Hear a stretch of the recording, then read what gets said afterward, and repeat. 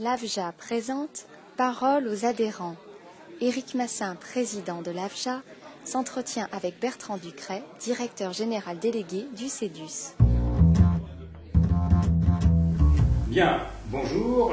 Je vais donc m'entretenir avec Bertrand Ducret, tu es directeur général du CEDUS, le Centre d'études et de documentation du sucre, qui est un organe d'information, voire d'influence, diront certains, des acteurs de la filière économique, de la profession du sucre et aussi de scientifiques, bref, de différents milieux. Dans cette expérience, dans ce parcours professionnel que tu as, tu peux me rappeler d'ailleurs brièvement, qu'est-ce que tu as constaté comme évolution dans les pratiques journalistiques ou professionnelles?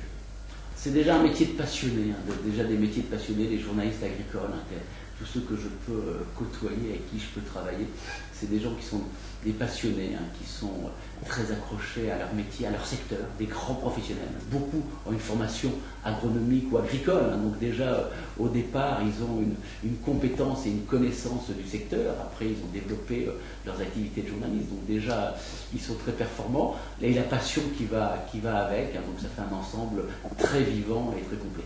Sur la presse agricole, qu'est-ce que tu remarques qui taille particulièrement bien dans la presse agricole et qu'est-ce qui te défrise dans cette presse agricole? Alors, ce qui m'aille particulièrement bien, c'est effectivement ces relations qu'on peut avoir, ces relations qu'on peut avoir avec ces journalistes, avec cette presse.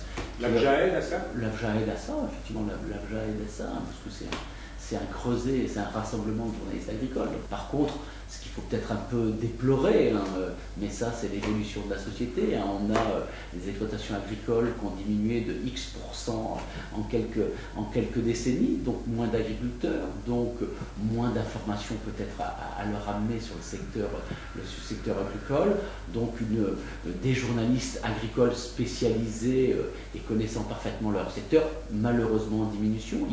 Et dans la presse grand public, les grands quotidiens, les magazines, c'est vrai qu'on a moins de spécialistes agricoles. C'est un peu ce qu'on peut déplorer. Quand il y a 20 ou 30 ans, on avait en face de soi un journaliste agricole de la presse ou quotidienne ou magazine. Il connaissait toute l'actualité du secteur, il connaissait quasiment tous les secteurs agricoles et de manière parfaite. Aujourd'hui, il faut peut-être avant lui amener un peu plus d'informations et lui amener l'information qu'il ne pourrait pas avoir parce qu'effectivement, ils sont souvent dans un secteur économique global, donc ils suivent l'agriculture, mais aussi l'agroalimentaire et pourquoi pas l'industrie et d'autres secteurs. Donc ils sont beaucoup moins spécialisés, mais même s'ils restent effectivement performants dans le secteur, ils le sont moins qu'autrefois. Je suppose évidemment qu'Internet a changé aussi ta pratique professionnelle. Comment est-ce que tu es amené à pouvoir diffuser ou informer ou influencer dans les réseaux sociaux? Alors dans les réseaux sociaux, effectivement, il y a une évolution, parce que c'est de l'instantané. Alors effectivement, les médias, les nouveaux médias, Internet, et pas forcément directement une cible prioritaire, on a quand même un attachement au papier. Dans le domaine de l'information, les sites Internet sont souvent la partie jointe au papier. Je veux dire, de grands sites Internet d'information, je veux dire, ils ont souvent déjà une version papier, même s'il y a des actualités qui peuvent être un petit peu différentes. Puis après, il y a les réseaux sociaux. Alors les réseaux sociaux, c'est pas tout à fait la même action. On fait de la communication d'influence. Tu le disais tout à l'heure au début de l'interview, quand il y a de la communication d'influence, il faut réagir à ce qui se passe dans les différents forums de la blogosphère.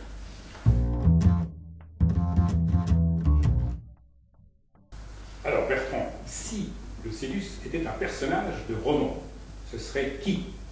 Un personnage de roman, je pense qu'on peut dire Ulysse. En plus, c'est dans l'actualité totale des actions du CEDUS, puisque Ulysse c'est l'Odyssée, et l'Odyssée c'est très large, très vaste, c'est des voyages, et c'est aller à la recherche de l'information, la découverte, pour ensuite après diffuser cette information. Et je crois qu'au CEDUS, c'est notre cœur de métier, c'est la diffusion de l'information.